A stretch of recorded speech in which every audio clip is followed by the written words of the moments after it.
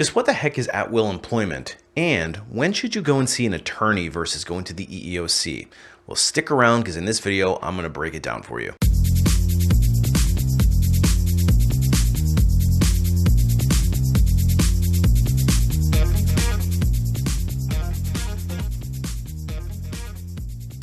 Hey everybody, it's Brian from A Life After Layoff, and today I'm really excited to announce that I've got a special guest that I'm invited onto the channel in order to answer some of your employment law related questions. And hopefully this collaboration will be ongoing and we'll be able to continue to demystify employment law and everything that pertains to the employee, because that's the goal of my channel. I want to demystify the hiring process and then give you all the tools necessary to approach employment with confidence. But before we get too far into it, if you're interested in more career-related content just like this, make sure you hit that subscribe button. So my special guest today is somebody that you may recognize already. It's Branigan Robertson. He's an employment attorney based out of California, and we've been talking back and forth about a lot of employment-related questions and concerns that you all have shared with me. And in my background as an HR professional, I do know a thing or two about employment law because I've had to deal with it on both sides. But there is a certain limit to where I can give advice, and that's why I felt a little bit more comfortable bringing on Branigan to kind of bring in the heavy firepower to help clarify some of those particularly sticky situations that you might have. If you have any general employment law related questions that you'd like us to cover in a future video, leave a comment below and we'll be happy to take them into consideration. And in today's video, we're going to be breaking down a couple of major concepts.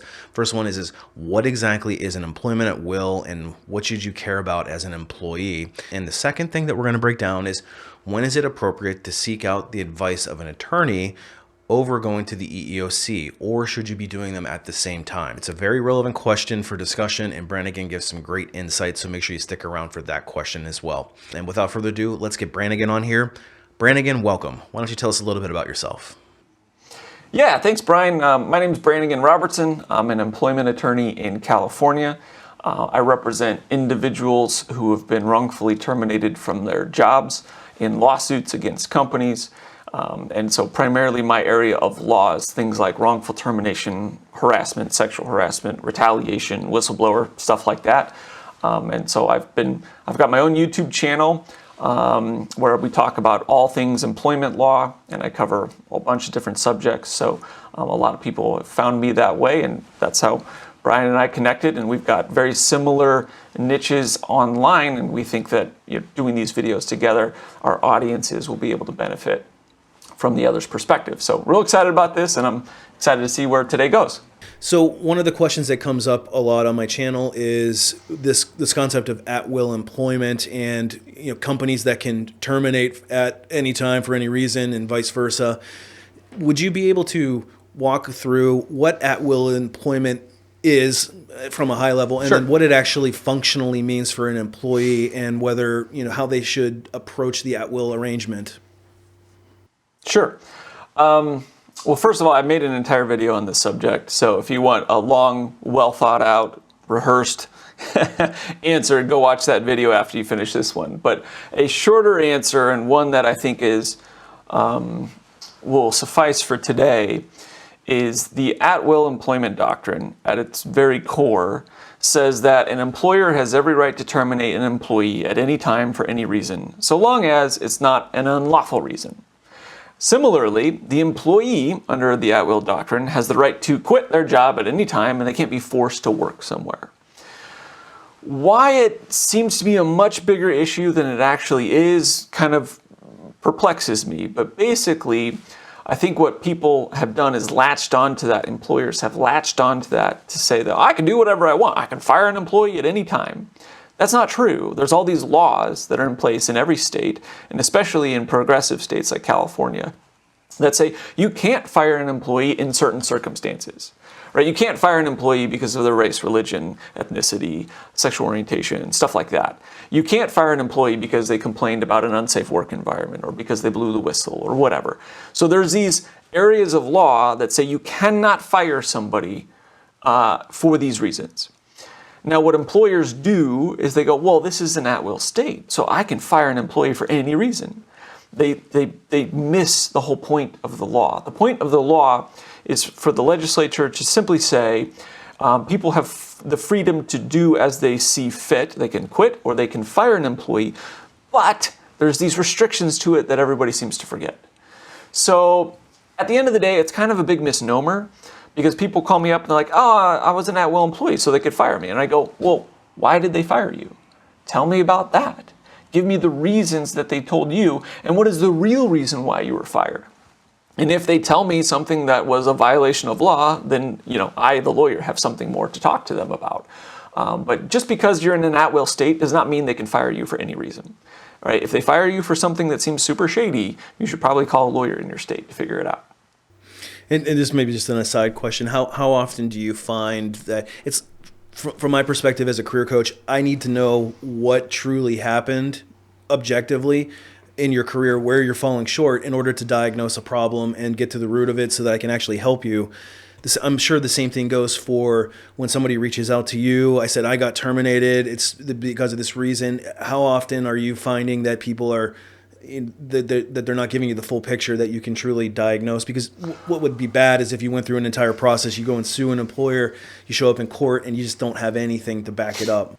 Yeah, it's a very involved process at my office. So when somebody calls and they're like, hey, I just got fired, and I know it's an at-will state, so I can't do anything about it, but I want you to review my severance agreement, or whatever the reason is they're calling us. I always go back and I dig in as to why that person was fired, because oftentimes I find violations of law. That doesn't always mean that the person needs to file a lawsuit or anything like that. But, I have a good example. So I had a guy call me years ago, and he was calling me about a $20,000 bonus that he thought he was entitled to. And he was a sales guy, very accomplished sales guy, really smart, really dynamic. And he's like, look, man, I don't want to do any legal stuff, but, I got fired and I just want my $20,000 bonus. And I was like, well, tell me about why you got fired. And he went into this long speech about how he had this throat condition that kicked in, and he had to take a leave of absence, and he had to have surgery on his throat. And that seemed to really upset his boss, who was driving for the specific sales numbers. And I was like, well, why do you think, now that we're sitting here talking, why do you think, what's the real reason why you got fired? And he's like, well, it's because I had to take that time off for my surgery. I'm like, well, have you ever heard of disability discrimination? And we had this long conversation. In that case where he called me about a $20,000 bonus turned into hundreds of thousands of dollars, I think. It was a very significant settlement for him, and he was very happy with it. And had he not called me and just called another lawyer who didn't know disability discrimination or that area of law, he might have gotten the 20 grand, but that's it. So it matters. Yeah. So I guess it pays to literally maybe even just have a preliminary discovery call with somebody like yourself to see what your options even are in that regard. But yeah, most lawyers who do what I do, they do a free consultation where you get to call their office and you don't have to pay any money for it. You're just telling your story, and then they get back to you whether or not they think there's a case or not. So that's a no-risk way of at least investigating the issue. One other quick question that I have regarding, kind of in the same genre. Employees have an option for when they feel that they've been discriminated against or subject to some adverse employment decision that may skirt the boundaries of legal, maybe a legal issue. When should an employee go and seek outside assistance or outside legal help versus going to the EEOC or the NLRB? Good question. So I'll expand it, because I think the heart of what you're getting at is, should somebody go to the EEOC, the NLRB, or any of these agencies that are involved in employment discrimination or OSHA, something like that, versus a lawyer? The short answer is it depends. Some situations, I don't think it's appropriate to call a lawyer. And in other situations, they should absolutely call a lawyer first.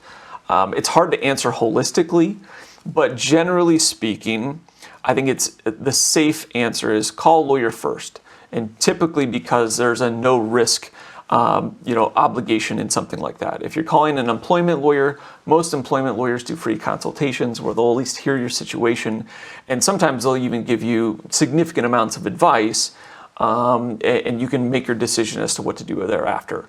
But generally speaking, the NLRB is for collective bargaining issues, union issues. The EEOC is for discrimination issues that don't involve in collective bargaining agreements or anything like that. This is just simply, hey, I feel discriminated against based on my race, religion, what are the other, ethnicity, age, things like that. Those you would go to the EEOC, which is an administrative agency. It's a federal government agency that will, in certain situations, investigate discrimination complaints. But oftentimes, it's much more useful, if you do have a good case, to go to a lawyer first.